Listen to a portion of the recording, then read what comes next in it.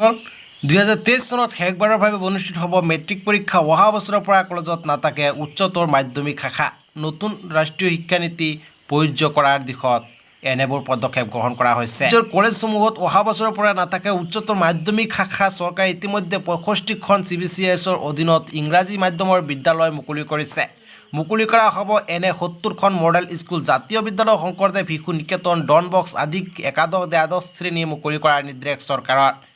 2023 চনলৈ একত্ৰিশ হ'ব সেৱা আৰু Hslc। 2023 চনত শেষবাৰৰভাৱে Hslc পৰীক্ষা অনুষ্ঠিত হ'ব।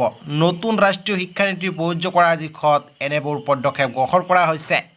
এই কথা জানিবলৈ দিছে শিক্ষা বিভাগৰ উচ্চপদস্থ বিষয়াই। 2023 চনলৈ একত্ৰিশ হ'ব সেৱা আৰু Hslc কলেজত নাথাকিব HSৰ পাঠ্যক্ৰম হায়াৰ ছেকেণ্ডেৰী। ৰাজ্যৰ কলেজসমূহত অহা বছৰৰ পৰা নাথাকে উচ্চতৰ মাধ্যমিক শাখা।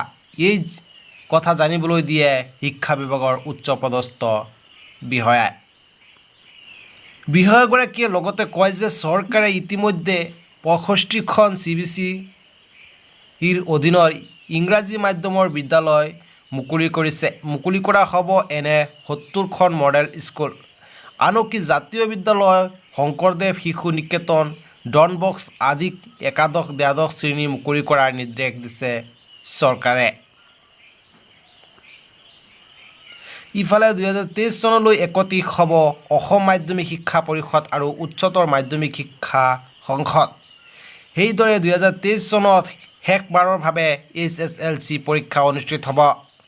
নতুন ৰাষ্ট্ৰীয় শিক্ষানীতি প্ৰযোজ্য কৰাৰ দিশত এনেবোৰ পদক্ষেপ জানিবলৈ দিছে শিক্ষা বিভাগৰ উচ্চপদস্থ বিষয়াই।